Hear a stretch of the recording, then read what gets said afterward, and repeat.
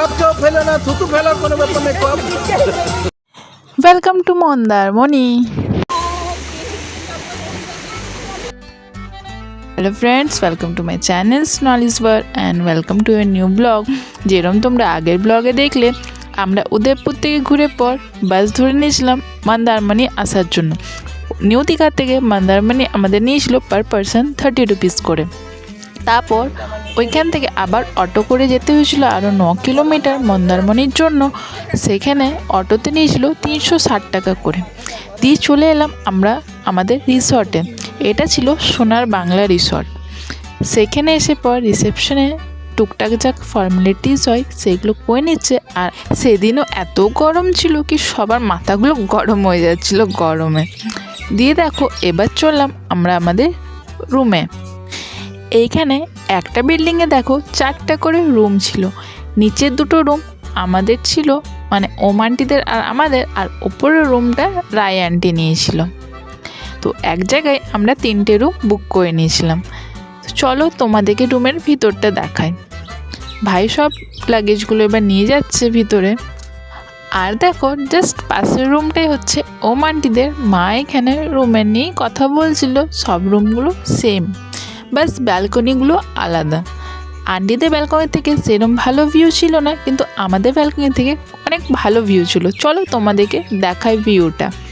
খুবই সুন্দর ছিল। তাই এসে পরই আমি বেরিয়ে গেলাম ব্যালকনিতে।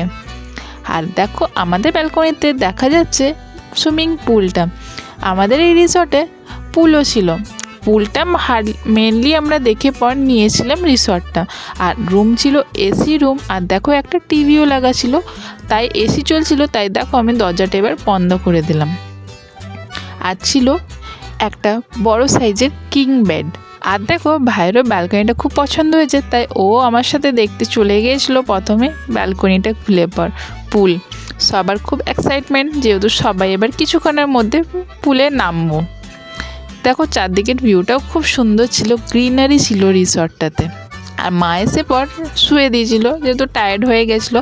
আর দেখো মোটামুটি বাচ্চা পার্টিগুলো সব চলে গেছে পুলে। আমিও এবার ড্রেসটা চেঞ্জ করে পর যাচ্ছি পুলে। আর বাকি সবার গার্জেন এবার রেস্ট করছে রুমে, ওরা একটু পরে আসবে। হ্যাঁ, ওই ওপরের রুমটা হচ্ছে রায় আন্টিদের। তাই আন্টি আমাকে আওয়াজ দিয়ে বললো, তুমি কি নামছো? আমি বলছি হ্যাঁ নামছি, তোমরা আসো তাড়াতাড়ি করে। দিয়ে ওরা একটু রেস্ট করে পরই চলে আসবে। আর দেখো আমি চলে এসেছি পুলের কাছে। তোমরা কিন্তু কমেন্টে আমাকে জানিও কীরকম লাগছে রিসর্টটা তোমাদের।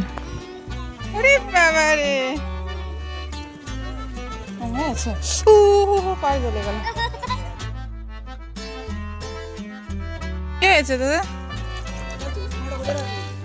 এইদিকে কোথাও নামিয়ে দিবি? একটা প্লাস্টিক নিলে ভালো তো। ফোনটা এদিকে না না, তোমরা যাবে ইয়ে করবে, ফটো তুলবে, ফোনটা রেখে দিয়ে আসবো। কিন্তু একটু ভিডিও করে পড়ি। যা না তোরা যা, যখন জলে ঢুকবো সে তখন মারো। এইখানে সবাই অপেক্ষা করছিল আমাকে ভেজানোর জন্য। আর যেহেতু আমি ক্যামেরাতে ভিডিও করছিলাম, তাই আমি বললাম তোর আগে যা, আমি পরে যাবো, সে তখন তোরা আমার সাথে মজা করবি। পারবি পারবি।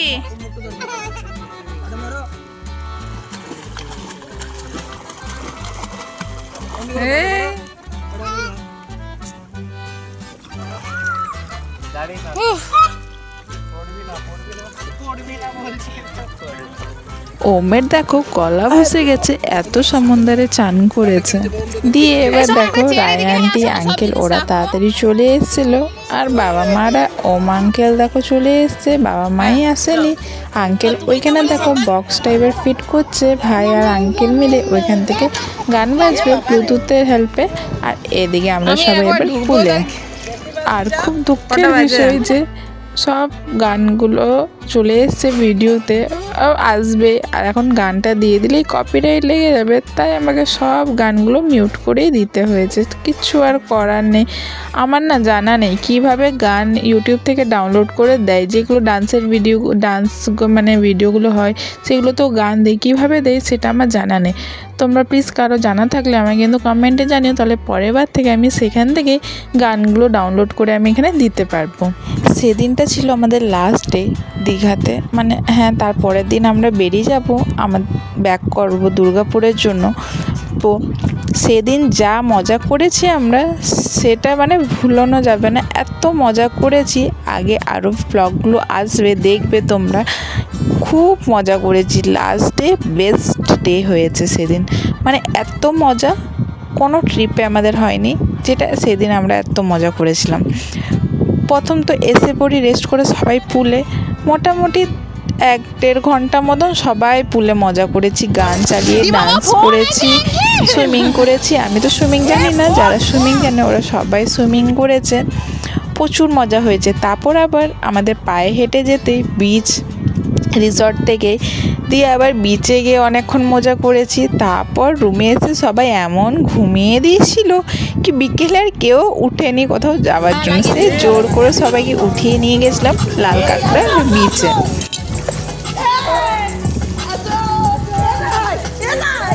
সেই ব্লগটা পরের পার্টে আসবে, তো তোমরা এখনও চ্যানেলটাকে সাবস্ক্রাইব না করে থাকলে সাবস্ক্রাইব করে দেবে, ভিডিওটাকে লাইক কমেন্ট শেয়ার করতে ভুলো না, বেল আইকন ক্লিক করে দেবে নতুন নতুন ভিডিও মিস যেন না হয়।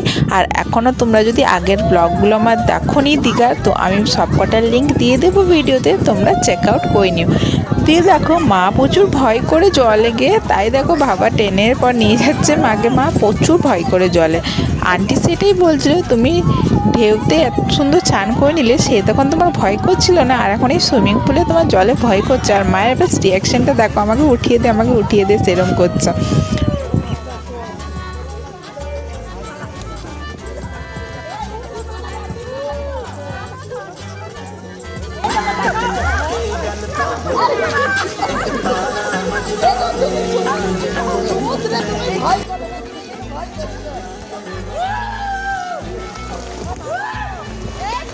মায়ের ভয় দেখে সবাই হাসছিল, বলছে সমুদ্রতে ভয় করোনি আর তুমি এই পুলে ভয় করছো। দেখো আর কি কত রিয়াকশন দিচ্ছে, মানে কিছুক্ষণ জলে থেকেছে, তারপর দেখো উঠিয়ে দিতে হয়েছে বাধ্য করে। ওখানে যে পুলে নামার জন্য সিঁড়িগুলো ছিল সেখানে এবার গিয়ে মা বসে গেছে। এরমই লাস্ট টাইম যখন আমরা প্রয়াগরাজ গিয়েছিলাম ত্রিবেণীতে, যেখানে 3টে নদীর সঙ্গম হচ্ছে, সেখানে বোটে করে যেতে হয়, সেখানে মা কত ভয়ে যে চেপেছিল বোটে আর বলা নেই। আর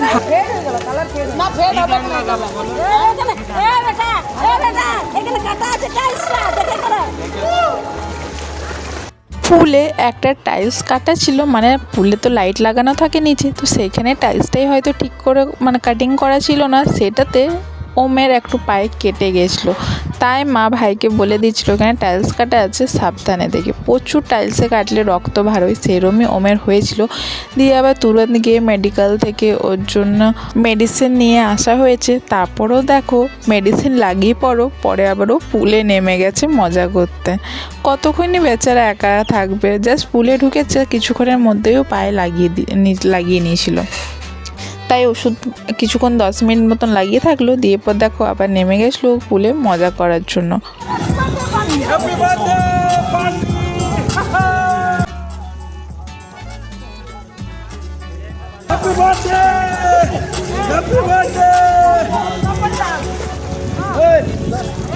এখানে 1-2 দিন থেকে শুধু মজা হচ্ছিল হ্যাপি বার্থডে করে। আর দেখো আঙ্কেল কীভাবে বাবাকে উঠিয়েছে, আর দেখবে কীভাবে ধরা আপসে ওরা দুজনে পড়েছে জলে।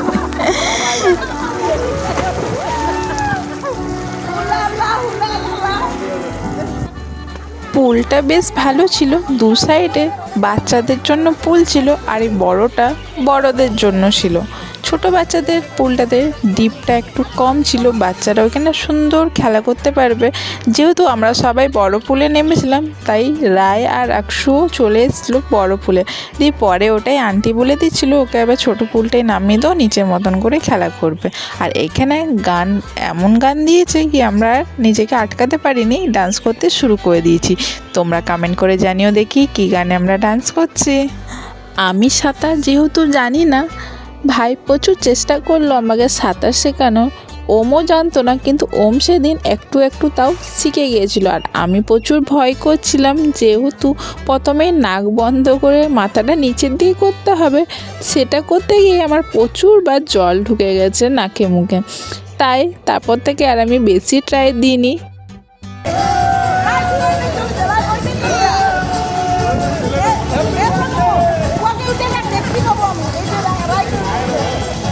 তাও পুলের সাইডগুলো ধরে পর পাটা কীভাবে চালাতে হয় সেটুকু প্র্যাকটিস করেছিলাম। আমার ভাইও ও সাঁতার জানতো না, কিন্তু ও একদিনেই সাঁতার শিখেছে। মানে ও কলেজ থেকে গিয়েছিল বাইরে, এরম রিসর্টে গিয়েছিলো, ওদের প্রোগ্রাম ফেয়ারওয়েল ছিল, তো সেখানে গিয়ে সেদিনেই ও সাঁতার শিখেছে। ওটাই আমাদেরকে বলে দিয়েছিল তোমরাও শিখে নেবে একদিনে, বেশি টাফ নেই, শুধু নিজের বডিকে ফ্লোট করতে দিলেই দিয়ে পাগুলো আগে পিছন করলেই তোমরা সাঁতার করতে শিখে যাবে। ফ্লোট করতে দেওয়াটাই টাফ, যেহেতু সে তখন নাক বন্ধ করে মানে শ্বাস আটকিয়ে পর মাথাটা ভেতর দিয়ে করতে হবে, তাহলে পাগুলো ওপরে উঠবে। দিয়ে আমার তো এবারে শেখা হয়নি, দেখি কবে শিখি। আর এখানে মা একটু সাঁতার কেটেছিল, তাই মায়ের একটু অসুবিধা হচ্ছিল, টায়ার্ড হয়ে গেছিলো, দিয়ে উঠে বসে গেছে এবার সিঁড়িগুলোতে।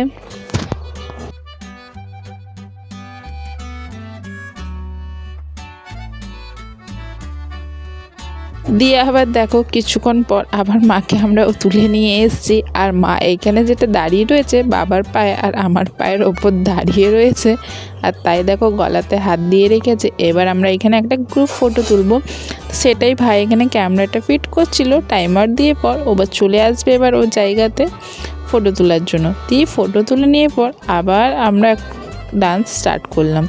দেখো মা সাঁতার জানে, তাও এত ভয়, আর আমি তো সাঁতার জানি না, তো আমার ভয় নেই যেহেতু আমি লম্বা রয়েছি। তাই দেখো মা বেশি ভিতরে যাচ্ছিল না, আর আমি এই সাইড থেকে ওই সাইড সবাই সাঁতার কাটছিল, আর আমি হেঁটে হেঁটে যাচ্ছিলাম।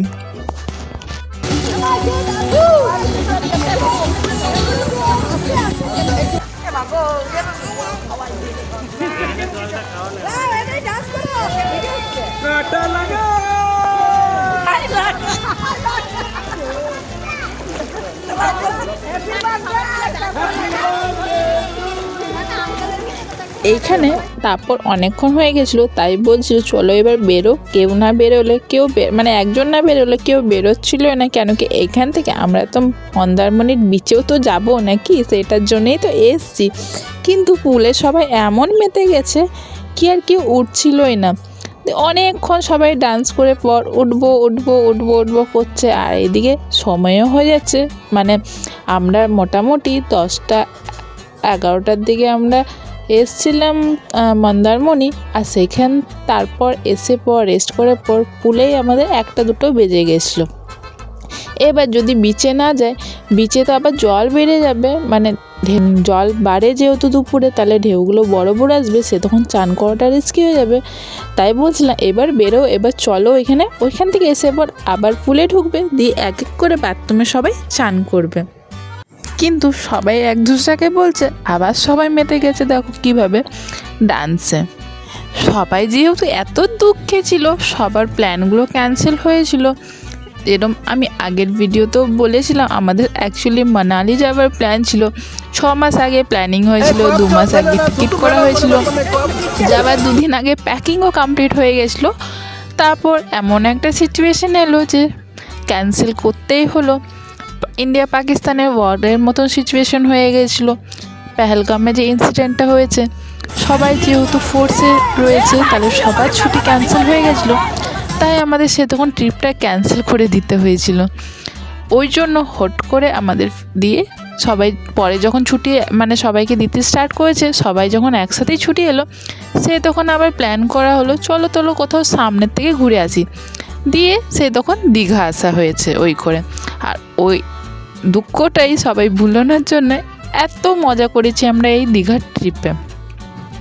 দীঘা তো সেরকম মজা হয়নি, মন্দারমণিতে একদিনেই প্রচুর পরিমাণে মজা হয়েছে।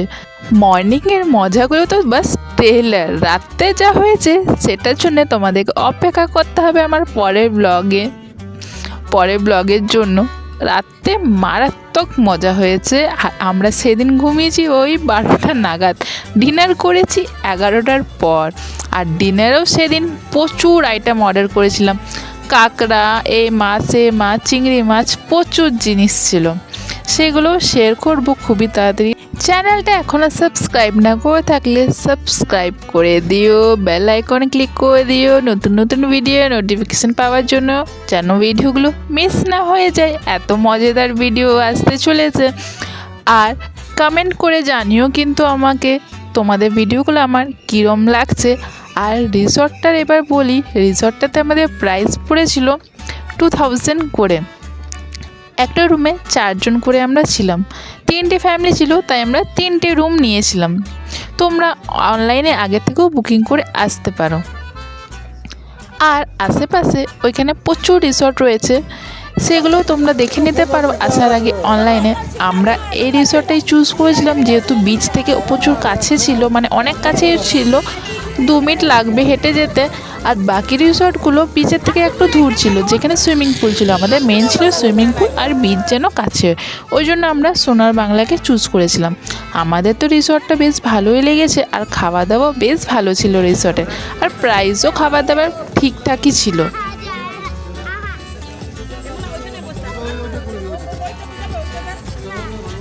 এইখানে আবার দেখো, যেরম আকসু আর রায়ের বন্ধুত্ব, তেমনি ওরা ঝগড়াও করে। তোমরা আমার আগের ব্লগও ওদের ঝগড়া দেখে থাকবে। দিয়ে দেখো, ওদেরকে বলছিল তোমরা একটা পুলেই চলে যাও, আলাদা আলাদা পুলে থাকো, একটা পুলে থাকলে তোমরা ঝগড়া করছো। দিয়ে ওরা বলছে না, আমরা একটা পুলেই থাকবো। আর একটা পুলে থাকলে ওরা ঝামেলা করছিল, দিয়ে বারবার করে আমাদেরকে ওইখানে উঠে আসতে হচ্ছিলো। তাই দেখো, এবার 2 আন্টি উঠে ওখানে বসে গেছে, মাও রয়েছে ওখানে, আর ওরা দুজনেই একটা পুলেই রয়েছে। এবার দেখো, কিছুক্ষণের মধ্যে সুইমিং কম্পিটিশন হবে। দেখো, আমি এখানে কাউন্টিং করছি, আর ও এখানে সবাই লাইন দিয়েছে কম্পিটিশন জন্য, কে কত আগে পৌঁছাতে পারে। তো চলো কাউন্টিং স্টার্ট করি।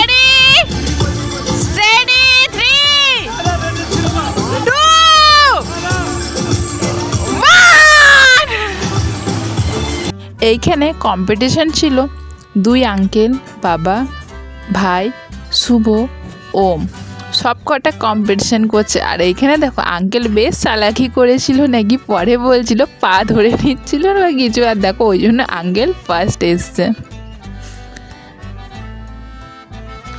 দিয়ে পর দেখো বাকি সবাই, শুভ, ওম, ওরা সব দেখো কত পিছনে থেকে গেছে। আর তাদের সাথে ভাইও পিছনে থেকে গেছিলো, যেহেতু ওরা নতুন সুইমার। দিয়ে তার সাথে ওরা আবার অনেক ধরনের কম্পিটিশন করেছিল, যেরকম কে কতক্ষণ শ্বাস বন্ধ করে জলের নিচে থাকতে পারে, সেগুলোরও আবার কম্পিটিশন করেছিল। দিয়ে আরও কম্পিটিশন করেছিল কে কত দূর সুইম করে বেরোতে পারে এক জায়গা থেকে আরেক জায়গা। আর এইখানে দেখো, ভাই দেখিয়ে দিচ্ছিল কিভাবে ও সুইম করে। পুলটা যেহেতু ফাঁকা, প্রাইভেট পুল ছিল না, কিন্তু সবাই এক এক করে ইউজ করছিল, মানে যতগুলো সবাই রুমে ছিল, আমাদের আগেও একটা ফ্যামিলি গান বাজিয়ে ওরা ইউজ করছিল। ওরা যাওয়ার পরই আমরা পুলে ঢুকেছিলাম। দিয়ে তেমনি আমরা পুল থেকে বেরোবার পর আরও কটা বাচ্চা, ছেলেদের গ্রুপ ছিল, ওরা এসে পর পুলটাতে এনজয় করেছে।